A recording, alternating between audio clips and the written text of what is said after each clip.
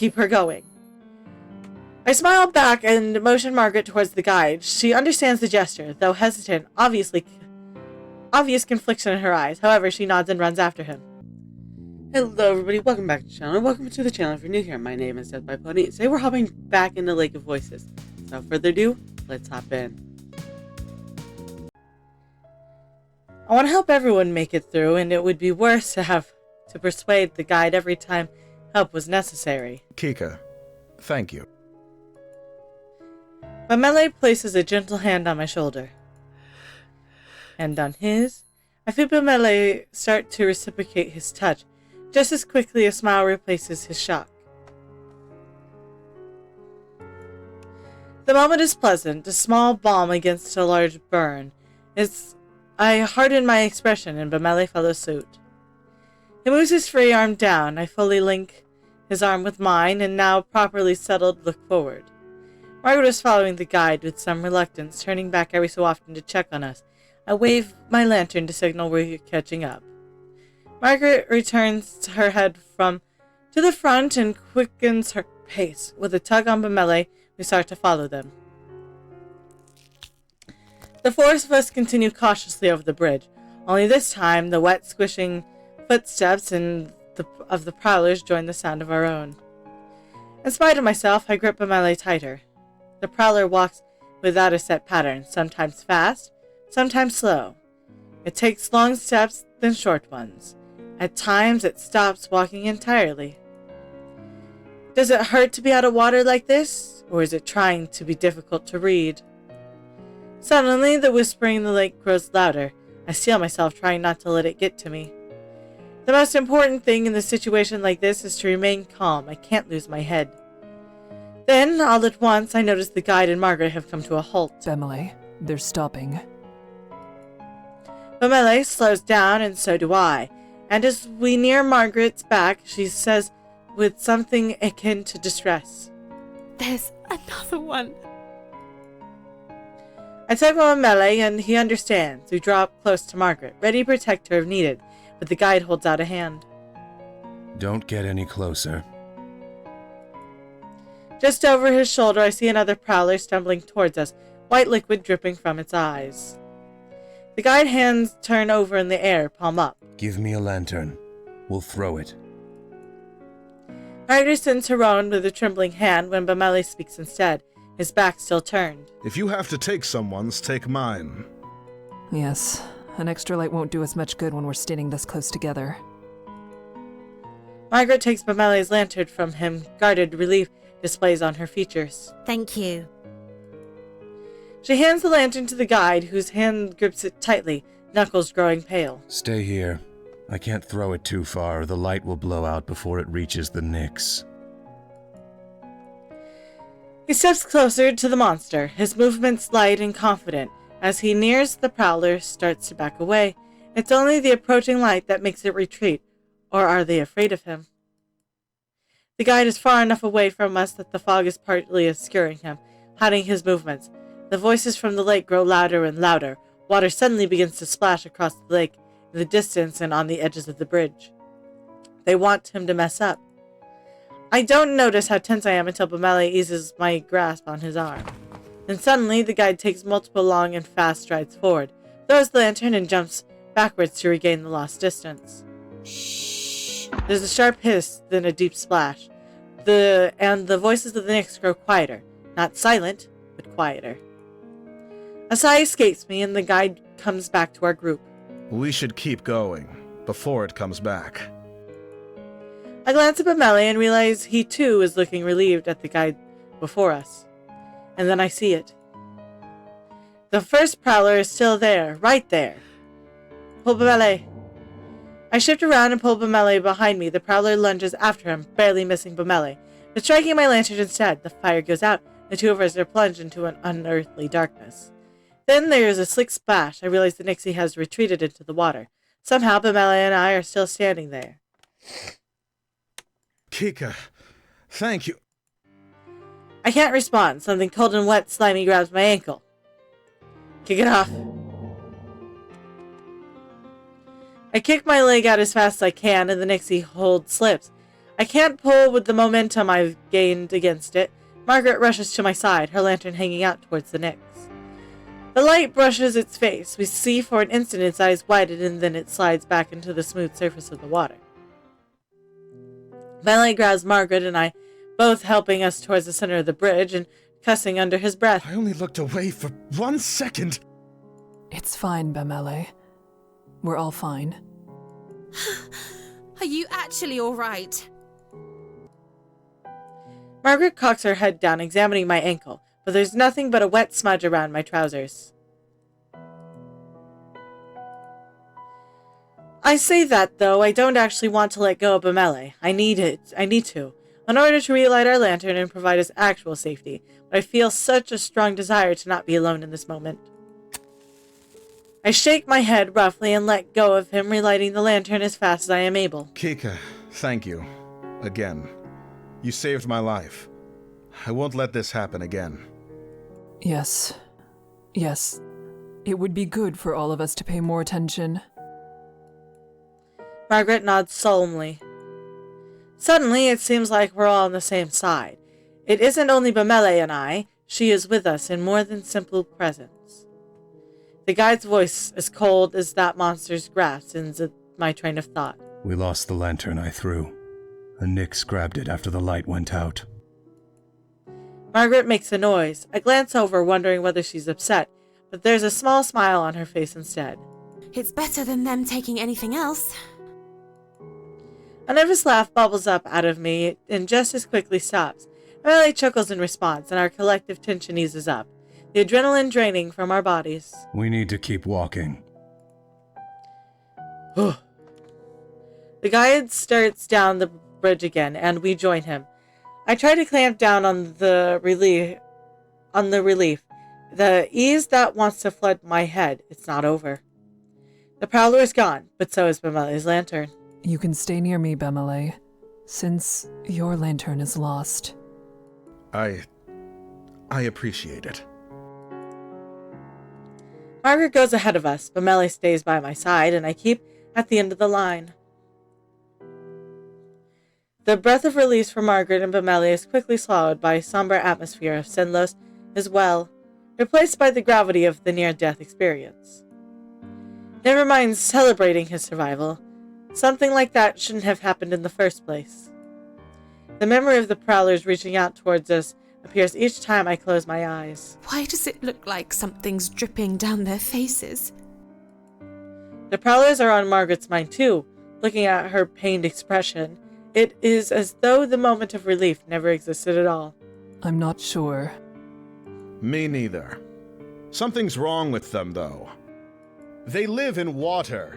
Air shouldn't be good for the things, but they want to drown humans so much they're willing to drag themselves around on land? It's not right. Of course isn't. They are monsters. They likely do not understand even the concept of right and wrong.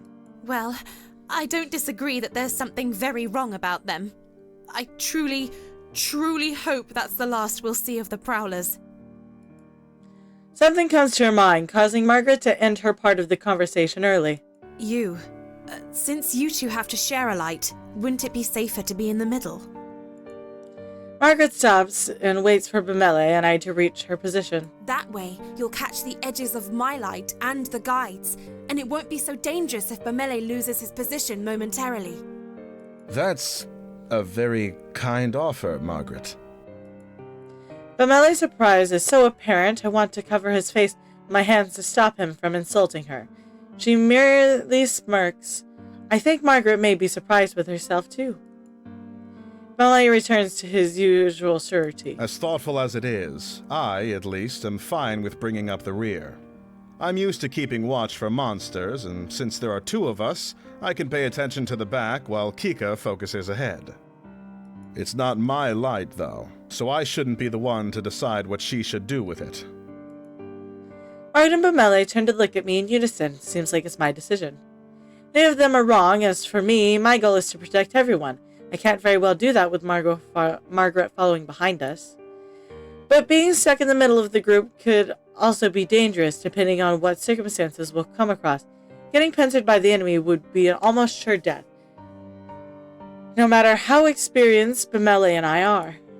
I just don't know what to expect from this bridge, and that makes things so much more difficult. The current format has worked. So you're staying behind? Seems like it. Yes, I think we'll be good here. But really, thank you.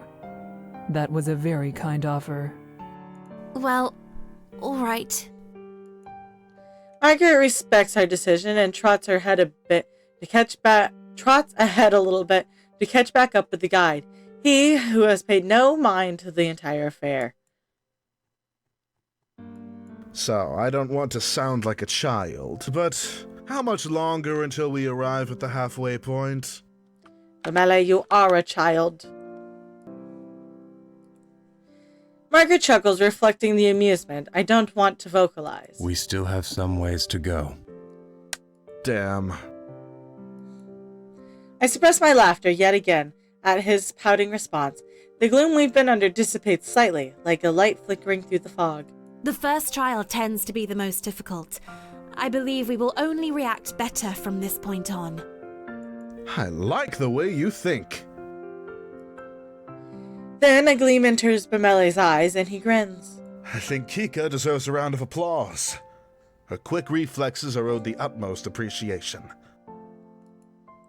He leans softly into my shoulder, trying to get me to what? It was indeed a sight. You're quite capable. Bemele was also a sight, but for very different reasons. The way he froze with his mouth all agape was a laugh in itself.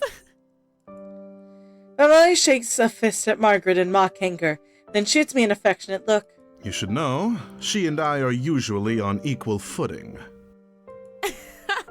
The only reason you had footing at all is because she pulled you back. Bemele laughs self-consciously, scratching his head. That's very true. You can always count on Kika. I keep my eyes steadily ahead, unsure how I should respond. I am pleased, almost grateful to hear what they think of me, but I don't know what I could say that wouldn't seem pathetic. Instead, I can contribute the best way I can. I keep my focus on the path ahead of us. Without a response from me, the conversation quickly dies out. Still, it eases my heart to be on such friendly terms with my companions. After some time, I notice Margaret isn't keeping up with the guide as much as she was before. I realize it's because the guide has increased his pace. Margaret begins to jog in an effort to keep up with him, and Bemele and I do the same. Despite this, the guide keeps getting further away. We go faster and faster until suddenly we're full-on sprinting across the slick wooden boards. Figures in the dark fog flying past a blur, and it occurs to me the branching paths and the bridge appear to be sinking. I try hard to swallow my rising panic. The guide shouts something, but it's drowned out by the frantic pondering of our footsteps. I'm trying to piece together what he said. Don't stop, turn. When he takes a masterfully sharp right her down a different path using his own momentum and the sleek wood to slide into the new direction with no loss of speed.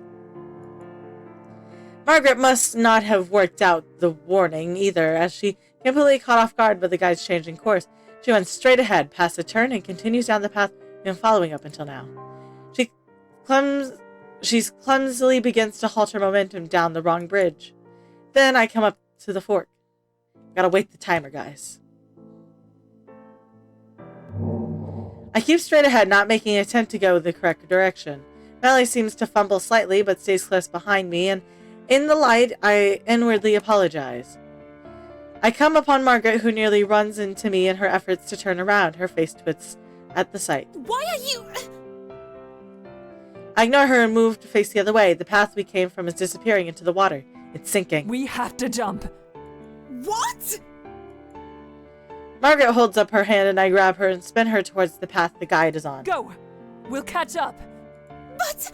Bemele and I will have to jump together. He needs the light. Just move. I practically shove her without further hesitation. She takes the leap. She makes it just past the edge of the bridge, knees buckling, and lands, but is soon back up on her feet and holding her lantern out towards me, beaming with pride. Keep her going. I smile back and motion Margaret towards the guide. She understands the gesture, though hesitant, obviously obvious confliction in her eyes. However, she nods and runs after him. Here. I offer Melee my hand and tighten my grip on my lantern. Melee accepts the offer, giving it a brief squeeze. A tight smile plasters itself across my face as I try to calculate the distance between our bridge and the other, and then the ground starts to shake more. Jump! We dash to the bridge's edge and leap. The cold air rushes past my face, winding its fingers into my hair. For an instant, I think I see something moving under the surface of the water. We land on the hard wooden bridge. Melee lets out a sigh of relief as we both creakily get back on our feet. Stay close. We need to run. I'll be right behind you. I take off, not bothering to ensure Melee is staying true to his words. I know he'll follow. The guide's fading light bounces in the distance, a clear signal that he's still running. I focus everything I have on catching up. Slowly, we begin to close the distance. As the night wears on, our strength rapidly fades. Eventually, my stamina is being challenged. I can't imagine what this must be like for Margaret. She's holding her sides as she runs, clearly cramping from the exercise. How much longer will this last? People have to rest sometime. Almost as if in response to my thought, the guide abruptly halts. I skid to a stop as well, sliding on the surface of the wood. Why did we stop? Melee's voice is tired, but his guard is up. The guide doesn't answer, just stares at something slightly out of view. I step up to join him, following his gaze further down the path.